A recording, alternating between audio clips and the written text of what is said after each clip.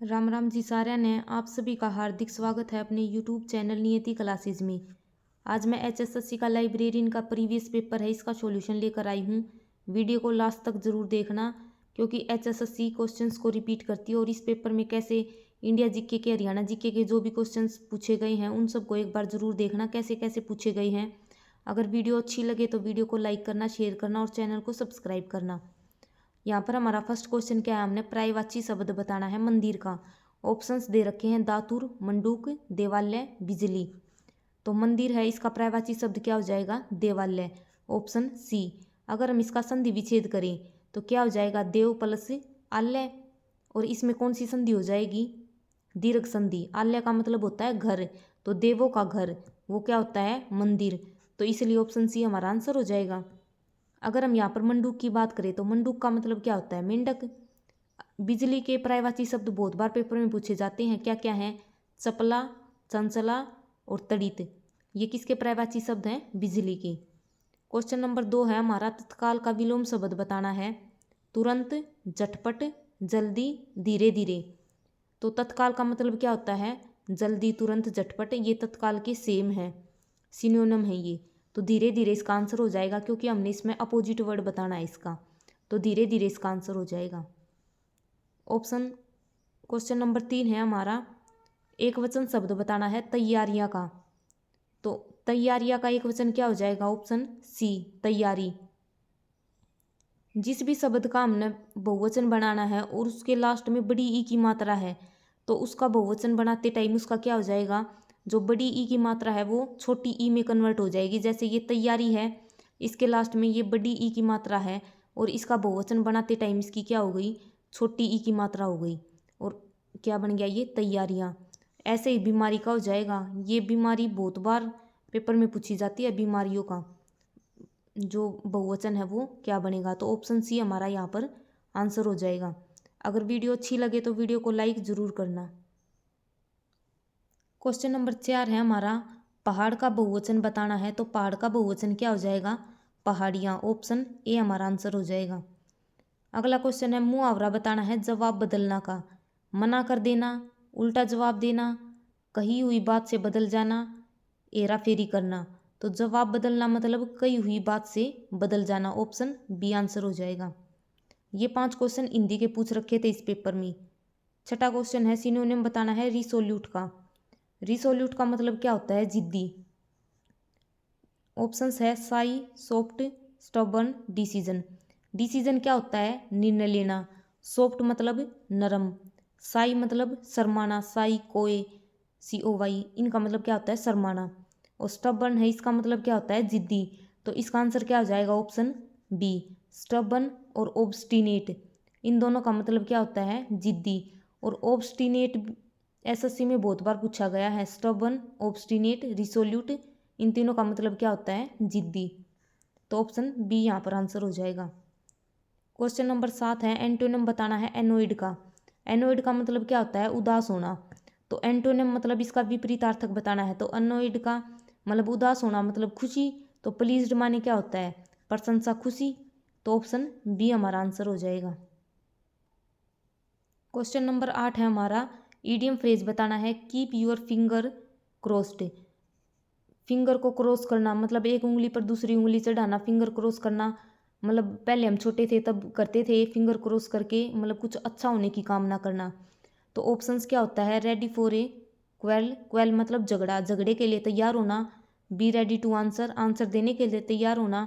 Option C है hope for a good outcome, मतलब किसी अच्छी चीज़ की आशा करना, कामना करना। तो ऑप्शन सी हमारा यहाँ पर आंसर हो जाएगा। अगला क्वेश्चन है, I waited for you since 9 o'clock in the morning. जिस भी सेंटेंस में हमने सिंस या फिर फोर दिखाई देगा तो उस सेंटेंस में कौन सी वर्ब आएगी? प्रेजेंट, उसमें आएगी परफेक्ट कंटिन्यूअस की। तो इसमें देखो, इसमें वर्ब की सेकंड फॉर्म लगा रखी है तो हमने इसमें इसकी जगह क्या आएगा? परफेक्ट कंटिन्यूअस टेंस आएगा। ऑप्शंस है shall wait, am waiting, was waiting, have been waiting. तो सेल वेट कौन सा हो गया? फ्यूचर इंडेफिनेट टेंस हो गया, ये नहीं आएगी क्योंकि हमने परफेक्ट कंटिन्यूअस वर्ब लगानी है। एम वेटिंग प्रेजेंट कंटिन्यूअस हो गया, वाज वेटिंग पास्ट कंटिन्यूअस हो गया, हैव बीन वेटिंग ये कौन सी होगी? परफेक्ट कंटिन्यूस, और हैज है वो किस में होता है, प्रेजेंट परफेक्ट कंटिन्यूस में। तो इसका आंसर क्या हो जाएगा, ऑप्शन डी। अगला क्वेश्चन है, while she was in that country she spent her holidays Khalistan art houses. इसमें हमने वर्ब भरनी है, क्या आएगी, visit verb, always visiting, visit, visiting या फिर विजिटेड। मतलब जब वो उस कंट्री में रहती थी, सी स्पेंट हर हॉलीडेज, वे अपनी छुट्टियों को कैसे कैसे स्पेंड करती थी, घूमकर, यानी कि आर्ट हाउसेज में घूमती रहती थी। तो इसमें क्या हो जाएगा, विजिटिंग, ऑप्शन सी हमारा आंसर हो जाएगा। अब यहाँ से शुरू हो जाते हैं इंडिया जीके के क्वेश्चन। भारत के वर्तमान मुख्य न्यायाधीश कौन है, ये उस टाइम का क्वेश्चन पूछा हुआ था, लेकिन अब हम वर्तमान की बात करेंगे। तो वर्तमान में भारत के मुख्य न्यायाधीश कौन है, DY चंद्रचूड़। ये 50वें नंबर के मुख्य न्यायाधीश हैं भारत के, उच्चतम न्यायालय के, सुप्रीम कोर्ट के 50वें नंबर के मुख्य न्यायाधीश हैं। अगर हम मुख्य न्यायाधीश की बात करें तो मुख्य न्यायाधीश को शपथ कौन दिलाता है, राष्ट्रपति। और मुख्य न्यायाधीश किसको शपथ दिलाता है, मुख्य न्यायाधीश राष्ट्रपति को शपथ दिलाता है। और मुख्य न्यायाधीश की नियुक्ति कौन करता है, राष्ट्रपति। अगर हम सुप्रीम कोर्ट की बात करें तो सुप्रीम कोर्ट का आर्टिकल कितना है, 124। अगला क्वेश्चन है हमारा, भारतीय राष्ट्रीय कांग्रेस के संस्थापकों में से एक खालिस्तान को भारत के वयोवृद्ध पुरुष के नाम से जाना जाता है। वे तिलक, महात्मा गांधी और गोपाल कृष्ण गोखले के महान नेताओं के गुरु थे। तो हम यहाँ से ही पता चल जाएगा हमें, वयोवृद्ध पुरुष मतलब grand old man of India किसे कहा जाता है, दादा भाई नारोजी को। तो इसका आंसर क्या हो जाएगा, ऑप्शन बी। अगर हम यहाँ पर भारतीय राष्ट्रीय कांग्रेस की बात करें, INC की, इसकी स्थापना कब हुई थी, 28 दिसंबर 1885 को INC की स्थापना की गई थी। और अभी इसका 139वां जो आयोजन है वो किया गया है नागपुर में। ये परसों की न्यूज़ है, 28 दिसंबर परसों थी। तो जो INC है इसने अपना जो आयोजन है ये कहाँ पर किया है, नागपुर में किया है, ये जरूर याद रखना। 28 दिसंबर 1885 को INC की स्थापना की गई थी। A.O. ह्यूम ने इसकी स्थापना की थी और उस टाइम पर वाइसराय कौन था, डफरीन, ये भी जरूर याद रखना। और इसके अधिवेशन की पहले अधिवेशन की अध्यक्षता किसने की थी, व्योमेश चंद्र बनर्जी ने।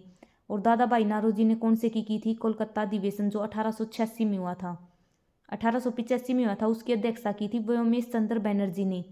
और 1886 में हुआ था उसकी की थी दादा भाई नारोजी ने। Grand old man of India किसे कहा जाता है, दादा भाई नारोजी को। और इनकी एक पुस्तक भी पूछी जाती है, an un British rule in India. The निष्कासन सिद्धांत किसने दिया था, दादा भाई नारोजी ने। ये सब इससे याद रखना। और दादा भाई नारोजी की एक प्राइवेट सेक्रेटरी थी मैडम भिकाजी कामा, जिन्होंने हमारा सबसे पहले जो तिरंगा तैयार किया था वो कौन थी, मैडम भिकाजी कामा थी। और जर्मनी के स्टुटगर्ट शहर में सबसे पहले तिरंगा फहराने वाली थी वे 1907 में। तो ये भी ज़रूर याद रखना। एक तो द निष्कासन सिद्धांत, an un British rule in India, grand old man of India Dadabhai Naoroji, और सबसे पहले राष्ट्रीय आय का आकलन किसने किया था, दादा भाई नारोजी ने। ये क्वेश्चन दादा भाई नारोजी से याद रखना। अगर हम यहाँ पर रविंद्रनाथ टैगोर की बात करें तो रविंद्रनाथ टैगोर से गिने चुने 5-6 क्वेश्चन बनते हैं। एक तो इनको गुरु की उपाधि महात्मा गांधी ने दी थी। पश्चिम बंगाल में इसने शांति निकेतन की स्थापना की थी, जो अभी 41वीं वर्ल्ड हेरिटेज में शामिल हो चुका है यूनेस्को की में, इसलिए ये बहुत इंपॉर्टेंट है। शांति निकेतन, विश्व भारती विश्वविद्यालय, इन दोनों की स्थापना रविंद्रनाथ टैगोर ने की थी। 1913 में गीतांजलि पुस्तक के लिए साहित्य में नोबेल प्राप्त करने वाले पहले भारतीय कौन थे, रविंद्रनाथ टैगोर। और जो हमारा जनगण मन है राष्ट्रगान, उसकी रचना भी किसने की थी, रविंद्रनाथ टैगोर ने की थी, जिसको पहली बार कब गाया गया था, 1911 में गाया गया था। अगर हम यहाँ पर लाला लाजपत राय की बात करें तो 1928 में जो साइमन कमीशन बना था, 1927 में साइमन कमीशन बना था, 1928 में भारत में आया था। तो उसका भारत वालों ने विरोध किया था, क्योंकि जो साइमन कमीशन है उसमें 7 लोग थे और 7 तो अंग्रेज थे, इसलिए भारत वालों ने इसका विद्रोह किया था। और उसमें लाला लाजपत राय भी शामिल थे। विद्रोह करते टाइम सांड्रस है उसने लाठीचार्ज का ऑर्डर दे दिया था, जिसमें लाला लाजपत राय पर इतनी लाठियाँ पड़ी कि ये घायल हो गए थे। और इसका बदला फिर आगे चल के किसने लिया था, जो भगत सिंह है उन्होंने इनका बदला लिया था। लाला लाजपत राय की एक पुस्तक है अनहैप्पी इंडिया, ये ज़रूर याद रखना। इनकी तो कौन सी थी, दादा भाई नौरोजी की an un British rule in India, और अनहैप्पी इंडिया किसकी है, लाला लाजपत राय की। ये क्वेश्चन याद रखना। तो इसका आंसर क्या हो जाएगा, ऑप्शन बी।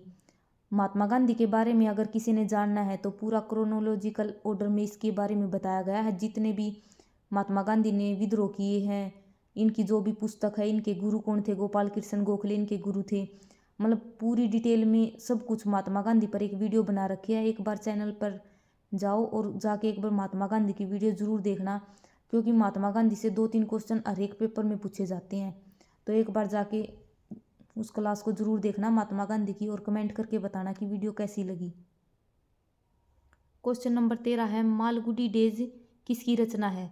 तो मालगुडी डेज किसकी रचना है, आर के नारायण की, चेतन भगत की, रस्किन बॉन्ड की, अरविंद अडिगा की। चारों नाम बहुत इंपॉर्टेंट हैं और चारों से की पुस्तकों से एसएससी में क्वेश्चन पूछा जाता है। और हरियाणा में तो मालगुडी डेज के बारे में 2-3 बार पहले पेपर में पूछा जा लिया। तो मालगुडी डेज किसकी है, आर के नारायण की। अगर हम यहाँ पर ऑप्शंस की बात करें तो चेतन भगत की कौन सी है, 5 पॉइंट समन, ये चेतन भगत की है। इनकी 2 पुस्तकें बहुत इंपॉर्टेंट है। 5 पॉइंट समन तो सबसे पहली पुस्तक थी, the 3 mistake of my life, ये दोनों किसकी हैं, चेतन भगत की हैं।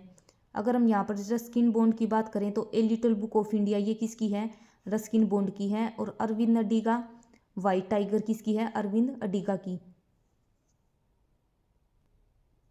अगला क्वेश्चन है हमारा क्वेश्चन नंबर 14, सागौन खालिस्तान वनों में पाया जाता है।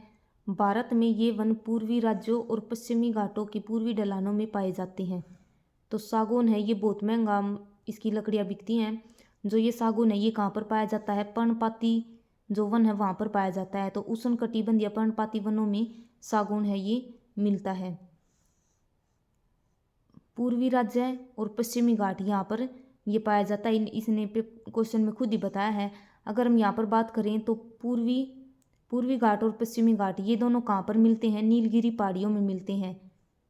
ये यहाँ पर तो जैसे ये हमारा मैप होता है और यहाँ पर क्या है, पश्चिमी घाट है और यहाँ पर क्या है, पूर्वी घाट है। ये दोनों कहाँ पर मिलते हैं, ये नीलगिरी पहाड़ियों में मिलते हैं। और नीलगिरी पहाड़ियों की सबसे ऊंची चोटी कौन सी है, डोडा बेटा। क्वेश्चन ये बहुत बार पूछा जाता है। एक तो पश्चिमी घाट का दूसरा नाम क्या है, सादरी। पश्चिमी घाट का दूसरा नाम है सादरी। और पूर्वी घाट और पश्चिमी घाट ये दोनों कहाँ पर मिलते हैं, नीलगिरी की पहाड़ियों में। अगर हमसे पूछा जाए कि दक्षिण भारत की सबसे ऊंची चोटी कौन सी है, अनाईमुडी। लेकिन पूछा जाए नीलगिरी पहाड़ियों है उसकी सबसे ऊंची चोटी कौन सी है, डोडा बेटा। ये देखो इसमें ये है, ये पश्चिमी घाट है, इसी को सादरी बोलते हैं। और ये है पूर्वी घाट। पूर्वी घाट की सबसे ऊंची चोटी है महेंद्र घाटी होगी शायद। और ये दोनों कहाँ पर मिलती हैं, नीलगिरी की पहाड़ियों में मिलती हैं। और नीलगिरी की पहाड़ियों की सबसे ऊंची चोटी कौन सी है, डोडा बेटा। यहाँ से शुरू होते हैं हमारे हरियाणा जीके के क्वेश्चंस। ये थे इंडिया जीके के। तो क्वेश्चन नंबर 15 है, खालिस्तान हरियाणा के वास्तुकार हैं, वह हरियाणा के तीसरे मुख्यमंत्री बने थे। तो हरियाणा के तीसरे मुख्यमंत्री और हरियाणा के वास्तुकार किसे कहा जाता है, बंसीलाल को। तो चौधरी बंसीलाल इसका आंसर हो जाएगा ऑप्शन सी। अगर हम बंसीलाल की बात करें तो आधुनिक हरियाणा के निर्माता लौह पुरुष किसे कहा जाता है, और हरियाणा का वास्तुकार बंसीलाल को कहा जाता है। बंसीलाल का संबंध कहाँ से है, गोलागढ़ भिवानी से है। और इन्हीं के नाम पर 2014 में यूनिवर्सिटी खोली गई थी भिवानी में। चौधरी बंसीलाल यूनिवर्सिटी 2014 में भिवानी में खोली गई थी। अगर हम बंसीलाल की बात करें तो बंसीलाल ने के टाइम पर 1970 में हरियाणा के हर एक गाँव में बिजली पहुँचाने का काम किया गया था। और एक बंसीलाल से ये क्वेश्चन पूछा जाता है कि बंसीलाल ने हरियाणा की दूसरी भाषा किसे घोषित किया था, तमिल को। लेकिन 2010 में हुड्डा सरकार ने तमिल को बदलकर पंजाबी कर दिया। ये दोनों क्वेश्चन बहुत बार पेपर में पूछे जाते हैं। तो बंसीलाल ने दूसरी भाषा कौन सी बनाई थी, तमिल। और हुड्डा सरकार ने तमिल को हटाकर 2010 में कौन सी कर दी थी, पंजाबी। तो ये दोनों इससे याद रखना। और बंसीलाल की पार्टी कौन सी थी, हरियाणा विकास पार्टी। लड़का लड़की जिसका चुनाव चिन्ह था, 1996 में पहली बार इस पर चुनाव किए गए थे। तो ये बंसीलाल से ज़रूर याद रखना। अगर हम भगवत दयाल शर्मा की बात करें तो हरियाणा के पहले मनोनीत मुख्यमंत्री कौन थे, भगवत दयाल शर्मा। अगर निर्वाचित मुख्यमंत्री की बात करें तो राव वीरेंद्र सिंह, मनोनीत मुख्यमंत्री की बात करें तो भगवत दयाल शर्मा। बेरी झज्जर से इनका संबंध है। राव वीरेंद्र सिंह निर्वाचित मुख्यमंत्री और गैर कांग्रेसी मुख्यमंत्री कौन थे? राव वीरेंद्र सिंह। 1967 में जो चुनाव हुए थे कितनी सीटों पर हुए थे? 81 सीटों पर हुए थे। ये भी याद रखना, क्योंकि जब हरियाणा बना तो उस टाइम पर हमारी जो सीट है वे कितनी थी? 54 थी विधानसभा की 1966 में। 1967 में उन सीटों को बढ़ाकर कितना कर दिया गया? 81। और पेपर में यही पूछा गया था कि किस वर्ष विधानसभा की सीटों को बढ़ाकर 81 कर दिया गया। तो 1967 में 81 सीटों पर जो चुनाव किए गए थे और उसमें राव वीरेंद्र सिंह जीत गए थे। ये निर्वाचित और गैर कांग्रेसी मुख्यमंत्री हैं और इनकी पार्टी का नाम क्या था? हरियाणा विशाल पार्टी इनकी पार्टी का नाम था। अगर हम देवीलाल की बात करें तो देवीलाल छठे उप प्रधानमंत्री कौन बने थे? देवीलाल। और ताऊ कहकर इन्हें पुकारा जाता है। और इन्होंने क्या किया था? 1987 में किसान कर्ज माफ़ी। और सबसे पहले जो ये बुढ़े पेंशन है ये किसने बांधी थी? देवीलाल ने बांधी थी। तो इसका आंसर क्या हो जाएगा? Option C. अगला क्वेश्चन है, बनावली एक पुरातात्विक स्थल है जो सिंधु घाटी सभ्यता के समय का है। यह हरियाणा के खालिस्तान जिले में है। तो बनावली कहाँ पर स्थित है? फतेहाबाद में। तो ऑप्शन सी हमारा आंसर हो जाएगा। ये पुरातात्विक स्थल में सबसे मेन है राखीगढ़ी हिसार का है। जो वहाँ पर क्या बनाया जा रहा है? अंतर्राष्ट्रीय संग्रहालय बनाया जा रहा है विश्व स्तर का। सबसे बड़ा जो अंतर्राष्ट्रीय संग्रहालय है वो बनाया जा रहा है हिसार राखीगढ़ी में। और एक मिताथल है वो कहाँ पर है? भिवानी में है। ये ज़रूर याद रखना, मिताथल भिवानी में, बनावली फतेहाबाद में, राखीगढ़ी हिसार में है। अगर हम रेवाड़ी की बात करें तो पीतल नगरी किसे बोला जाता है? रेवाड़ी को। और सबसे पुराना रेलवे जंक्शन कहाँ का है? रेवाड़ी में। और रेवाड़ी में ही सबसे पहले रेल चली थी 1873 में। ये याद रखना। पंचकुला की बात करें तो 1995 में इसकी स्थापना की गई थी। और 5 कूपे के कारण इसका नाम क्या है? पंचकुला। पंचकुला में क्या है? नड्डा साहिब गुरुद्वारा। जरूर याद रखना। अभी जो HSSC ग्रुप डी का पेपर हुआ था उसमें ये क्वेश्चन पूछा गया था। जो गुरुद्वारा नड्डा साहिब है उसमें मतलब कथन 1 कथन 2 बनाकर क्वेश्चन पूछा गया था। जो नड्डा साहिब गुरुद्वारा वो घग्गर नदी के किनारे स्थित है, याद रखना। शिवालिक की तलहटी में घग्गर नदी के किनारे जो नड्डा साहिब है वो स्थित है पंचकुला में। मोरनी की पहाड़ियाँ भी कहाँ पर है? पंचकुला में। और जो घग्गर नदी है वो कहाँ से प्रवेश करती है? हरियाणा में पंचकुला से ही प्रवेश करती है। ये क्वेश्चन भी पूछा गया है कि घग्गर नदी हरियाणा में किस जिले से प्रवेश करती है? पंचकुला से। और पंचकुला में क्या है? एक वीर शिकारगढ़ वन्यजीव अभ्यारण्य है। ये क्वेश्चन पेपर में पूछा गया था। वीर शिकारगढ़ वन्यजीव अभ्यारण्य है, इसके अंदर एक बनाया हुआ है जटायु संरक्षण केंद्र। ये NTA ने पूछा था ग्रुप सी के प्री में कि जो जटायु संरक्षण केंद्र है उसकी स्थापना कब की गई थी? 2001 में की गई थी। और जो ये जटायु संरक्षण केंद्र है ये कहाँ पर है? वीर शिकारगढ़ वन्यजीव अभ्यारण्य है पंचकुला का, उसके अंदर स्थित है। तो इसका आंसर हमारा क्या हो जाएगा? फतेहाबाद। अगला क्वेश्चन है, नेकचंद द्वारा निर्मित रॉक गार्डन खालिस्तान में स्थित है। तो नेकचंद ने क्या बनाया था? रॉक गार्डन बनाया था। और ये कहाँ पर स्थित है? ये चंडीगढ़ में स्थित है। अगर हम चंडीगढ़ की बात करें तो चंडीगढ़ की स्थापना कब की गई थी? 1952 में की गई थी। कमेंट करके बताना चंडीगढ़ किसके सपनों का शहर था? एक फरीदाबाद किसके सपनों का शहर था और चंडीगढ़ किसके सपनों का शहर था? दोनों कमेंट करके बताना। अगर हम यहाँ पर चंडीगढ़ की बात करें तो 1952 में चंडीगढ़ की स्थापना की गई थी ली कार्बूजियर द्वारा। ये क्या थे? फ्रांस के वास्तुकार थे। जरूर याद रखना, ली कार्बूजियर कहाँ के थे? फ्रांस के। और 1955 में जो हमारा हाई कोर्ट है, पंजाब हरियाणा हाई कोर्ट है, 1955 में चंडीगढ़ शिफ्ट किया गया था। ये क्वेश्चन पूछा गया था HSSC में कि जो हमारा हाई कोर्ट है पंजाब हरियाणा हाई कोर्ट चंडीगढ़ में कब स्थापित किया गया था? 1955 में। और अभी बिल्कुल 2023 की अपडेट के साथ बता रही हूँ, जो हमारा पंजाब हरियाणा हाई कोर्ट है उसके नए मुख्य न्यायाधीश बनेंगे कौन? सील नागू। ये बनेंगी नई मुख्य न्यायाधीश हैं, ये बनेंगे चंडीगढ़। और क्या है? चंडीगढ़ में 1970 में बिल्कुल दंगे जैसे हालात हो गए थे एक बार। और चंडीगढ़ का जो प्रशासक है वो कौन होता है? वो पंजाब का जो राज्यपाल होता है वही कौन होता है? चंडीगढ़ का प्रशासक होता है। सुखना लेक रोज गार्डन, एशिया का सबसे बड़ा रोज गार्डन, ये कहाँ पर है? चंडीगढ़ में है। सुखना लेक भी चंडीगढ़ में है। चंडी माता का मंदिर ये भी कहाँ पर है? चंडीगढ़ में। और G20 की जो जिसकी अध्यक्षता भारत ने की थी G20, तो G20 में एग्रीकल्चर समूह की बैठक भी कहाँ पर हुई थी? चंडीगढ़ में हुई थी। तो इसका आंसर क्या है? Option D. ये सारे पॉइंट चंडीगढ़ से जरूर याद रखना और स्मार्ट स्टडी के साथ पढ़ोगे तभी जो हमारा पेपर है वो क्लियर होगा। एक चीज़ के बारे में बिल्कुल मुँह जुबानी बहुत सारी चीज़ें पता होनी चाहिए। अगर हम हिसार के बारे में बात करें तो हिसार का पुराना नाम क्या है? हिसार फिरोजा। 1354 में फिरोज शाह तुगलक ने हिसार की स्थापना की थी। और हिसार फिरोजा इसका मतलब क्या होता है? किला या फिर दुर्ग बोल सकते हैं हम। और हिसार में क्या है? एशिया का सबसे बड़ा पशु फार्म हिसार में है। 4 गेट हैं, Mori gate, Talaki gate, Nagauri gate, Delhi gate. ये चारों गेट कहाँ पर हैं? हिसार में। और अंतर्राष्ट्रीय हवाई अड्डा हरियाणा का एकमात्र अंतर्राष्ट्रीय हवाई अड्डा महाराजा अग्रसेन के नाम पर है, जिसको भी सौर ऊर्जा संचालित किया जाएगा। कहाँ पर है? हिसार में है। सबसे पहले एयर टैक्सी है उसकी शुरुआत कहाँ पर की गई थी? हिसार से चंडीगढ़ की गई थी। ये भी ज़रूर याद रखना हिसार से। और हिसार में 2-3 यूनिवर्सिटी हैं उनके बारे में पूछा जाता है। हरियाणा एग्रीकल्चर यूनिवर्सिटी 1970 में इसकी स्थापना की गई थी, लेकिन 1991 में हरियाणा एग्रीकल्चर यूनिवर्सिटी का नाम बदलकर क्या कर दिया गया? चौधरी चरण सिंह यूनिवर्सिटी कर दिया गया।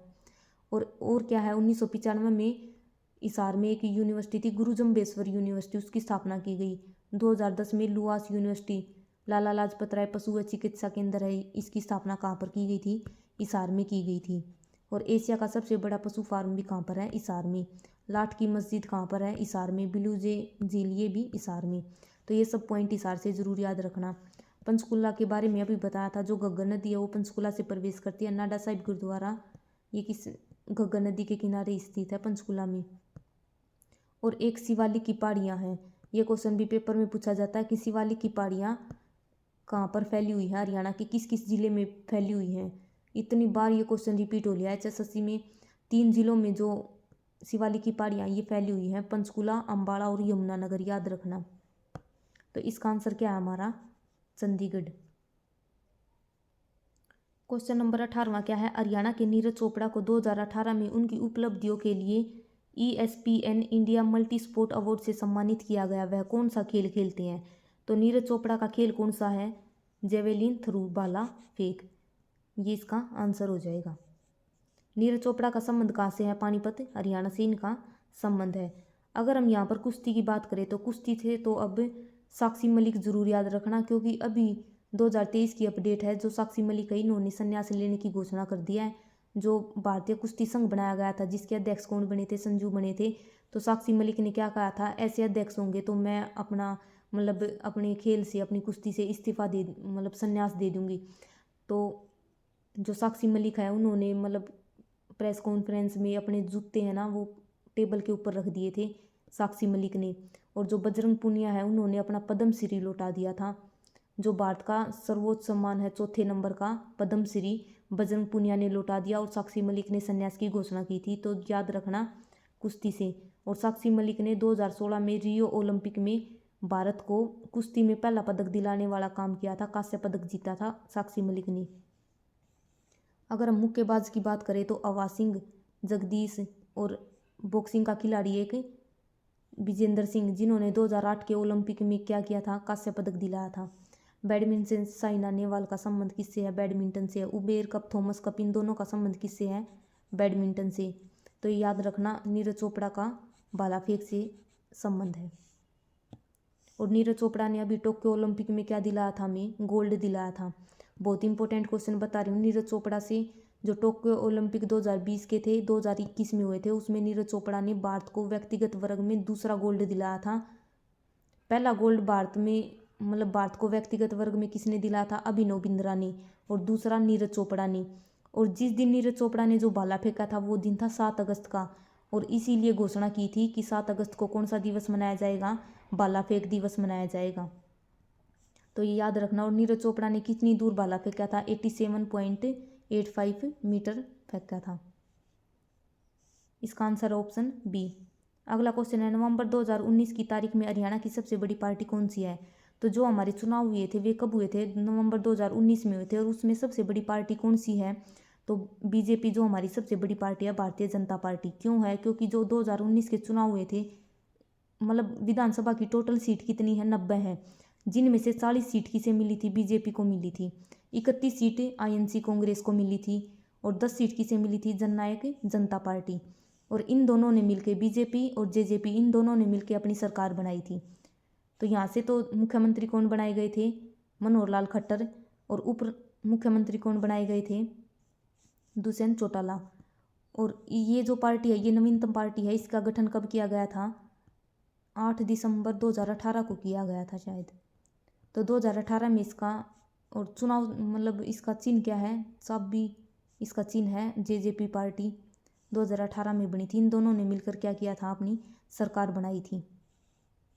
अगर हम अभी 2023 की अपडेट के साथ अगर हम भारत के संदर्भ में देखें तो वर्तमान में 6 राजनीतिक पार्टी रह चुकी हैं, जिनमें से 3 पार्टी थी, मतलब पहले तो 8 पार्टी थी हमारे भारत में, तो 8 में से 3 ने, मतलब 3 का दर्जा समाप्त कर दिया गया। कौन कौन सी थी, एक तो तृणमूल थी, एक कम्युनिस्ट पार्टी थी, एक राष्ट्रवादी कांग्रेस पार्टी थी, 3 पार्टी थी ये। इन तीनों का दर्जा समाप्त कर दिया गया और आम आदमी पार्टी है उसको राजनीतिक दर्जा प्रदान कर दिया गया। तो अभी अगर हम वर्तमान की बात करें 2023 की, तो अब भारत में कितनी पार्टियां राजनीतिक, 6 पार्टियां हैं। याद रखना, आम आदमी पार्टी है वो नवीनतम पार्टी है। तो यहाँ पर हमारा क्वेश्चन क्या है, option A, Bharatiya Janata party ये सबसे बड़ी पार्टी थी। अगर हम यहाँ पर आईएनसी की बात करें तो अभी बताया था 28 दिसंबर को, अभी 2023 में इसका आयोजन कहाँ पर हुआ है, नागपुर में हुआ है, याद रखना। और स्थापना कब हुई थी, 28 दिसंबर 1885 को। और 2 क्वेश्चन और ज़रूर याद रखना, मतलब एसएससी में बहुत बार पूछे जाते हैं कि जो आईएनसी है, भारतीय राष्ट्रीय कांग्रेस है, इसकी पहली महिला अध्यक्ष कौन थी, एनी बेसेंट। और इसकी पहली महिला भारतीय अध्यक्ष कौन थी, सरोजनी नायडू। ये ज़रूर याद रखना दोनों क्वेश्चन। अगर वीडियो अच्छी लगे तो वीडियो को लाइक करना, शेयर करना और चैनल को सब्सक्राइब करना। अगला क्वेश्चन, ये बहुत पुराना क्वेश्चन है, मतलब 2018 का, क्योंकि ये पेपर 2019 में हो रहा है। यहाँ से बस ये याद रखना, मनु भाकर का संबंध कहाँ से है, झज्जर से। अगला क्वेश्चन है, हरियाणा सरकार द्वारा प्रस्तुत किए गए स्थल पशु चिकित्सा क्लिनिकों के माध्यम से पशुपालकों के घर पर पशुओं के निःशुल्क उपलब्ध चिकित्सा सेवाओं और स्वास्थ्य देखभाल सुविधाओं का नाम बताइए। तो ये पशुओं के लिए कौन सी योजना शुरू की गई थी, पशु संजीवनी सेवा। ये याद रखना, ऑप्शन ए इसका आंसर हो जाएगा। अगला क्वेश्चन है, मेवात हरियाणा से खालिस्तान ने गायन reality show Indian Idol season 10 जीता था। तो सीजन 10 किसने जीता था, सलमान अली ने। ये बहुत पुराना क्वेश्चन हो चुका है। यहाँ से अगर हम मेवात की बात करें तो मेवात में सबसे अधिक लिंगानुपात 2011 की जनगणना के अनुसार सबसे अधिक लिंगानुपात कहाँ का था, मेवात का। और सबसे कम साक्षरता मेवात की थी। और क्या है मेवात में, मेवात विकास बोर्ड है, इसकी स्थापना कब की गई थी, 1980 में की गई थी। और इसके अध्यक्ष हैं वे कौन होते हैं, सीएम। जो कुरुक्षेत्र बोर्ड है उसको छोड़कर बाकी जितने भी बोर्ड हैं सबका अध्यक्ष कौन है, सीएम है। लेकिन कुरुक्षेत्र वाले का कौन है, राज्यपाल है, याद रखना। ये मेवात के 3 नाम थे, सबसे पहले तो सत्यमेवपुरम रखा गया, उसके बाद मेवात, और उसके बाद अब इसका वर्तमान में क्या नाम चल रहा है, नू। तो ये याद रखना। और मेवात में अभी एक उत्कृष्टता केंद्र खुला है प्याज का, प्याज उत्कृष्टता केंद्र नू में खुला है। अगला क्वेश्चन है, खालिस्तान नृत्य रूप झूमर नृत्य का सामूहिक रूप है। यह नृत्य रूप विशेष रूप से महिलाओं द्वारा किया जाता है। तो कौन सा नृत्य है ये, रासलीला, धमाल, धूमर या फिर खोरिया नृत्य। तो इसका आंसर क्या है, कमेंट करके बताना आप सब। खालिस्तान नृत्य रूप झूमर नृत्य का एक सामूहिक रूप है। झूमर नृत्य का सामूहिक रूप इनमें से कौन सा है, एक बार ज़रूर कमेंट करके बताना इसका आंसर अगर किसी को पता है तो। यहाँ से एक नृत्य ज़रूर याद रखना, खेड़ा नृत्य। ये क्वेश्चन पेपर में पूछा जाता है कि बुजुर्ग की मृत्यु पर कौन सा नृत्य किया जाता है, खेड़ा नृत्य। खोरिया नृत्य कहाँ पर किया जाता है, जब विवाह के टाइम पर किया जाता है। ये जब बारात चली जाती है उसके बाद महिलाओं द्वारा किया जाता है। तो इसका आंसर बताना कमेंट करके क्या है। धमाल नृत्य महाभारतकालीन समय से चलता आ रहा है, महाभारतकालीन। झूमर नृत्य ये क्या है, एक आभूषण के नाम पर रखा गया ये वाला नृत्य। इसका कमेंट करके सब ने बताना इसका आंसर क्या है। अगला क्वेश्चन है हमारा, हरियाणा के नृत्य रूप को अपना नाम एक आभूषण से मिला है जिसे युवा विवाहित महिलाओं द्वारा माथे पर पहना जाता है। राज्य के कुछ हिस्सों में इस नृत्य को अरियावनी गिद्दा के नाम से जाना जाता है। तो 3 क्वेश्चन याद रखना, एक तो आभूषण के नाम पर इसका नाम है, माथे पर पहना जाता है और अरियावनी गिद्दा कहा जाता है। तो इनमें से कौन सा नृत्य है वो रासलीला, झूमर, चौपाया या फिर खोड़िया नृत्य। तो इसका आंसर क्या हो जाएगा, झूमर नृत्य। अभी बताया था ये एक आभूषण के नाम पर है, महिलाओं द्वारा माथे पर पहना जाता है और अरियावनी गिद्दा कहा जाता है। खोड़िया नृत्य भी बताया था विवाह के टाइम पर किया जाता है, लड़के की बारात बारात जाने के बाद महिलाओं द्वारा किया जाता है खोड़िया नृत्य। और खेड़ा नृत्य बुजुर्ग की मृत्यु पर किया जाता है। अगला क्वेश्चन है, हरियाणा के शेक्सपियर और कालिदास के नाम से जाने जाने वाले दीपचंद बैमन हरियाणा के किस जिले से हैं। तो दीपचंद बैमन किस जिले से हैं, सोनीपत से। अगर हम यहाँ पर सोनीपत की बात करें तो सबसे पहले तो याद रखना सोनीपत अभी चौथी पुलिस कमिश्नरी बन चुकी है। सतीश बालन इसके पुलिस कमिश्नर बने हैं। तो चौथी मेट्रोपॉलिटन सिटी भी लिखा आ सकता है, हिंदी में भी यही आ सकता है और इंग्लिश में भी यही आ सकता है, जरूरी नहीं कि पुलिस कमिश्नरी लिखे आए। तो याद रखना सोनीपत चौथी मेट्रोपॉलिटन सिटी या फिर पुलिस कमिश्नरी बन चुकी है। अगर हम सोनीपत के मेन पॉइंट्स की बात करें तो भारी वाहन प्रशिक्षण केंद्र ये कहाँ पर है, मुरथल सोनीपत में है। 2006 में कानपुर में क्या खुला था, भगत फूल सिंह महिला विश्वविद्यालय महिलाओं के लिए। कहाँ पर खुला था, सोनीपत कानपुर कला में खुला था। सोनीपत की जो गोहाना है वहाँ की जलेबियाँ बहुत फेमस है।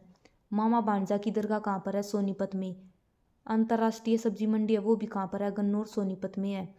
सोनीपत में मशरूम के लिए बहुत फेमस है सोनीपत। और जो मारुति है उसने अपना दूसरा प्लांट कहाँ पर लगाया है, खरखोदा में, 900 एकड़ में खरखोदा में लगाया है सोनीपत में। और सोनीपत में क्या क्या है, कमेंट करके बताओ सोनीपत में और क्या क्या है। मामा भांजा की दरगाह, ट्रैक्टर के उत्पादन में, मशरूम के उत्पादन में, और एक सूचना प्रौद्योगिकी केंद्र, ये भी याद रखना सोनीपत से, सूचना प्रौद्योगिकी केंद्र। और मोतीलाल स्पोर्ट्स स्कूल है, राई सोनीपत में ही है, ये पहला स्कूल है स्पोर्ट्स का, मोतीलाल नेहरू स्कूल है ये सब है सोनीपत में। अगर हम कुरुक्षेत्र की बात करें तो अभी कुरुक्षेत्र में अंतर्राष्ट्रीय गीता महोत्सव चल रहा था, जिसमें भागीदार राज्य कौन सा था ये याद रखना, क्योंकि ये तो सबको पता है कि अंतर्राष्ट्रीय गीता महोत्सव चल रहा है कुरुक्षेत्र में हो रहा है, लेकिन उसमें जो भागीदार राज्य था, भागीदार राज्य कौन सा था, असम था, याद रखना। और कुरुक्षेत्र में क्या है, छिलछिला वन्य जीव अभ्यारण्य। हरियाणा का सबसे छोटा वन्य जीव अभ्यारण्य कौन सा है, छिलछिला। सबसे बड़ा कौन सा है, अबूबसैर, वो है सिरसा में। और सबसे छोटा है छिलछिला, कुरुक्षेत्र में है। और अभी बताया था जो कुरुक्षेत्र विकास बोर्ड है उसके जो अध्यक्ष हैं वे कौन होते हैं, राज्यपाल होते हैं।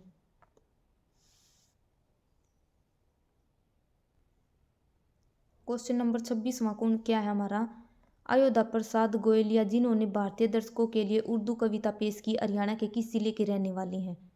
तो किस जिले के हैं ये। सबसे पहले तो ये क्वेश्चन HSSC में यही पूछा गया था कि अयोध्या प्रसाद गोयलिया है ये किस भाषा के शायर हैं, ये उर्दू भाषा के हैं, ये याद रखना, उर्दू भाषा के शायर हैं ये अयोध्या प्रसाद गोयलिया।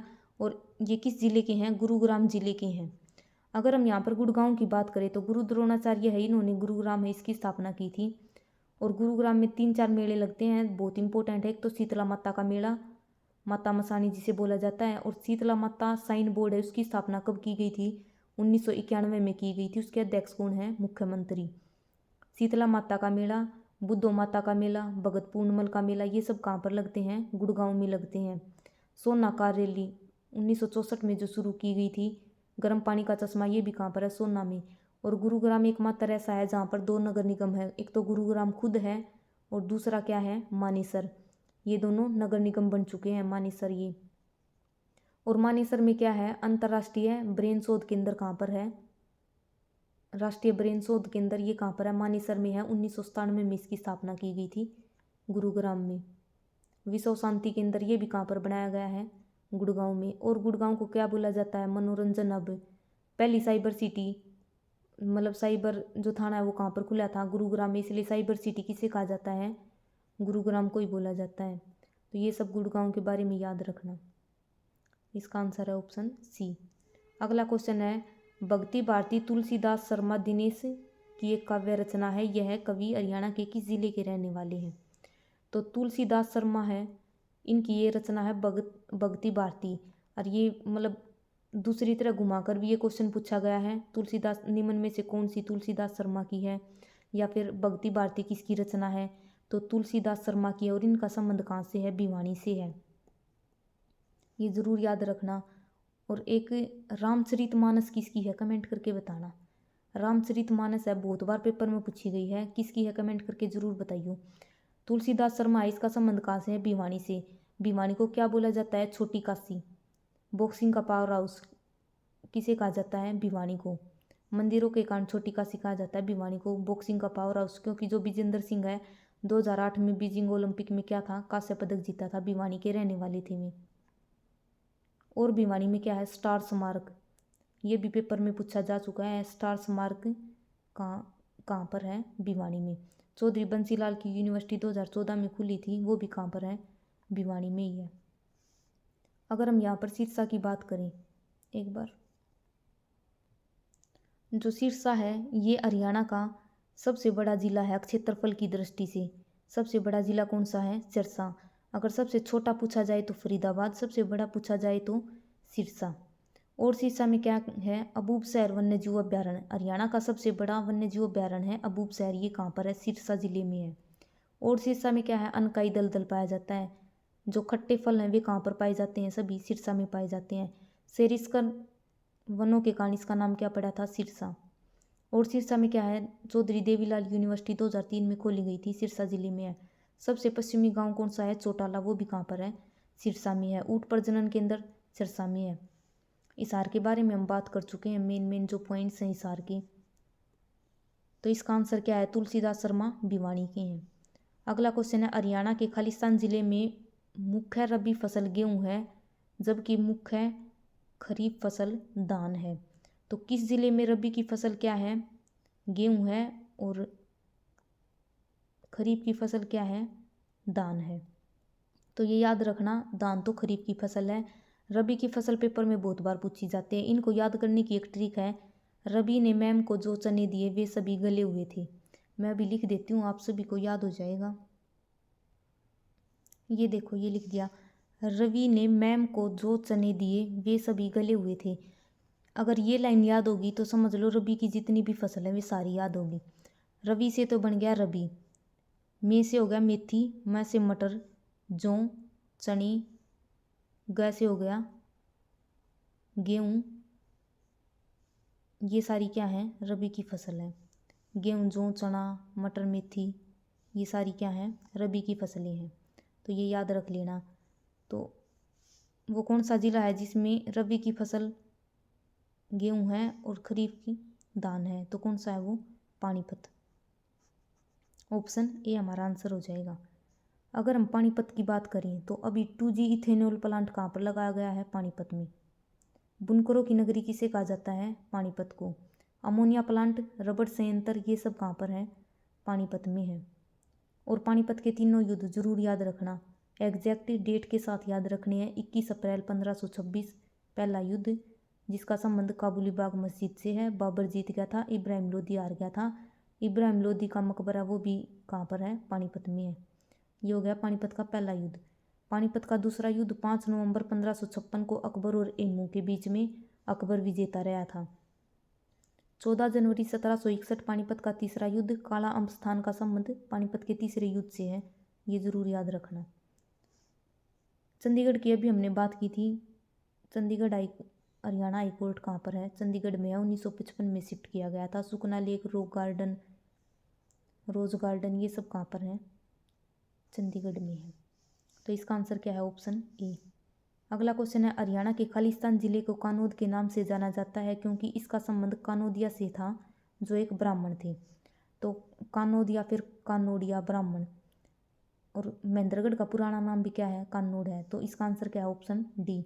कानौड का किला ये किसने बनवाया था, तात्या टोपे ने बनवाया था 17वीं शताब्दी में, याद रखना। माधोगढ़ का किला ये भी कहाँ पर है, महेंद्रगढ़ में। और ये क्वेश्चन बहुत बार पूछा भी गया है कि कन्नौज का किला है वो किसने बनवाया था, तात्या टोपे ने बनवाया था, 17वीं शताब्दी में बनवाया था। महेंद्रगढ़ का पुराना नाम कन्नौज हो गया। और महेंद्रगढ़ में क्या है, इब्राहिम सूरी है वो कहाँ पर रहता था, महेंद्रगढ़ नारनौल में। शेरशाह सूरी का जन्म भी कहाँ पर हुआ था, यहीं पर हुआ था। लेकिन शेरशाह सूरी का मकबरा कहाँ पर है, सासाराम बिहार में है, याद रखना। और क्या है महेंद्रगढ़ में डोसी की पहाड़ियाँ, जिसकी सबसे ऊंची चोटी कौन सी है? 652 मीटर ऊंची है। कुलताजपुर गांव में है। डोसी की पहाड़ियों को भी पर्यटन स्थल के रूप में विकसित किया जा रहा है। मिनी एयरपोर्ट महेंद्रगढ़ में बनाया जा रहा है। और क्या है महेंद्रगढ़ में बागवत ऋषि है, उसका संबंध कहाँ पर है?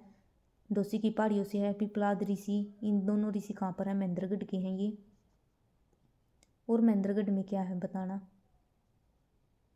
लाख की चूड़ियों के लिए फेमस, ये भी याद रखना जरूर, क्योंकि जो 2019 में डी ग्रुप का पेपर हुआ था ना, इससे पहले डी ग्रुप का, उसमें पूछा गया था कि लाख की चूड़ियों के लिए कौन सा जिला फेमस है? महेंद्रगढ़। और खनिजों के भरपूर मात्रा कहाँ पर पाई जाती है? महेंद्रगढ़ में। तो इसका आंसर ऑप्शन डी। अगला क्वेश्चन है हरियाणा का 21वां जिला है, इसको यह पलवासुर नामक राक्षस के नाम से मिला था, जो पांडवों के शासनकाल इस स्थान पर राज करता था। मतलब जो पलवासुर राक्षस के नाम पर हरियाणा के किस जिले का नाम रखा गया है? पलवल का। ऑप्शन बी हमारा आंसर हो जाएगा। अगला क्वेश्चन है हरियाणा के पर्यटक परिसरों का नाम राज्य में पाए जाने वाले खालिस्तान के नाम पर रखा गया है। तो हरियाणा में जितने भी पर्यटन मतलब स्थल हैं उनका नाम किस पर रखा गया है? पक्षी पर। ऑप्शन डी हमारा आंसर आ जाएगा।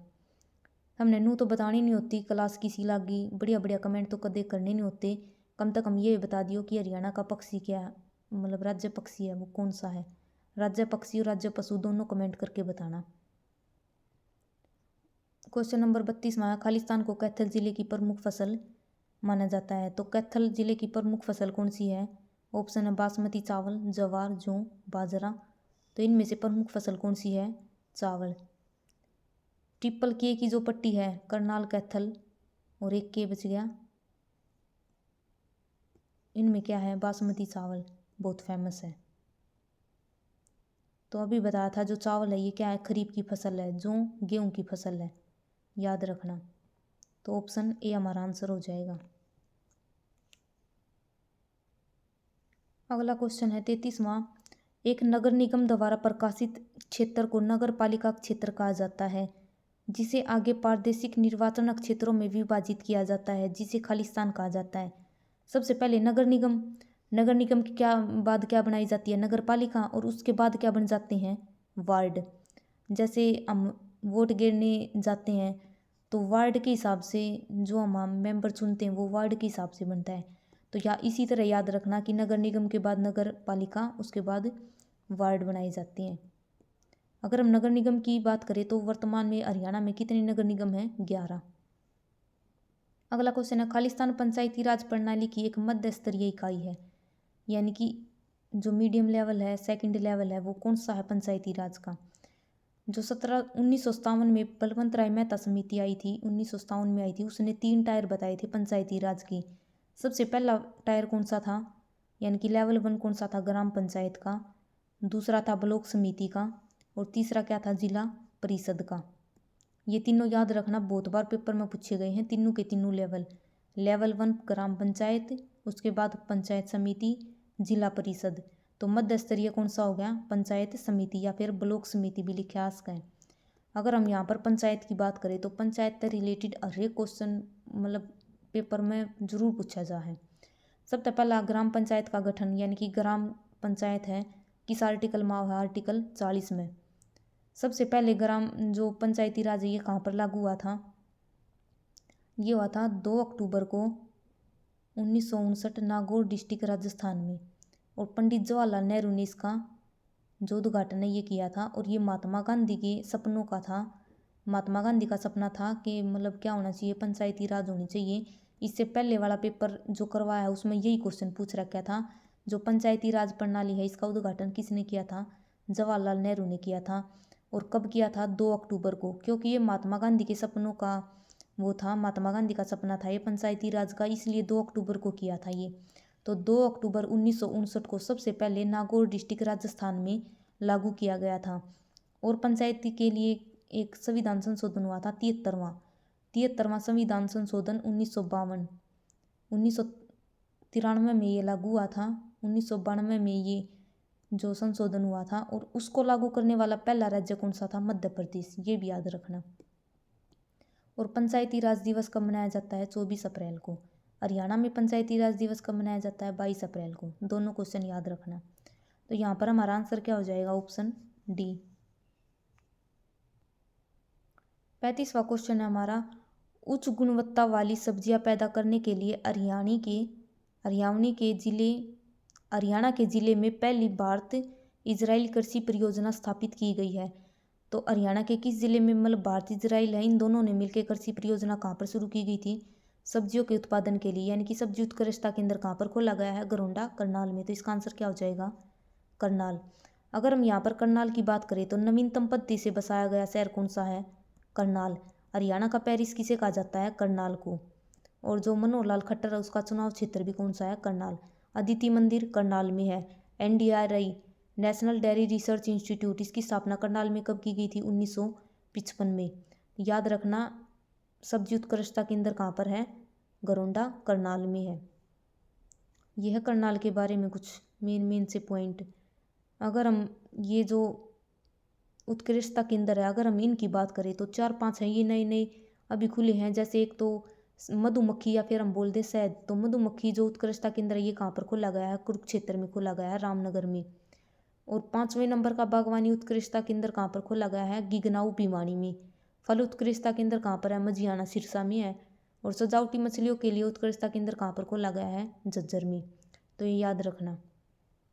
तो इसका आंसर क्या है? Option B. 36वां क्वेश्चन है, हरियाणा का कौन सा जिला खनिजों से भरपूर है? तो अभी बताया था ये क्वेश्चन। तो सबसे अधिक खनिज कहाँ पर पाए जाते हैं? महेंद्रगढ़, जिसको किसने बसाया था? कन्नौड़िया ब्राह्मण है, इसने इसको बसाया था। और इसका नामकरण कैसे हुआ है? नरेंद्र के बेटे महेंद्र के नाम पर इसका नाम महेंद्रगढ़ रखा गया है। और महेंद्रगढ़ नारनौल में क्या है?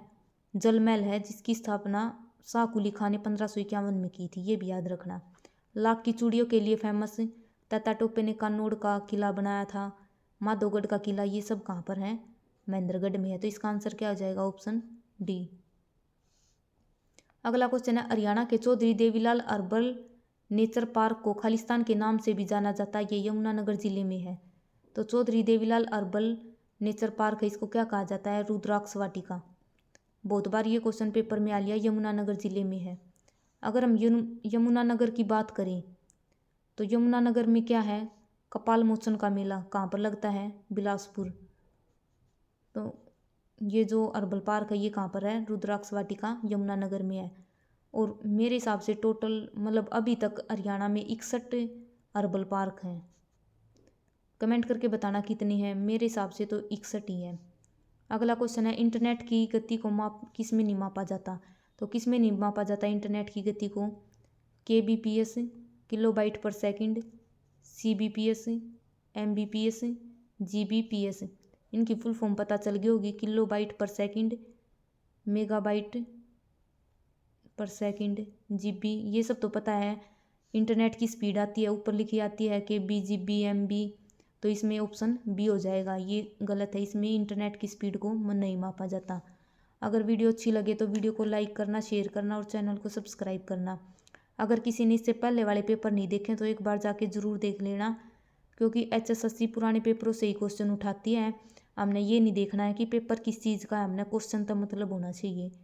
तो अपने क्वेश्चन देख लियो पहले वाले पेपर में जाकर, और कमेंट करके भी बता दियो वीडियो कैसी लगी।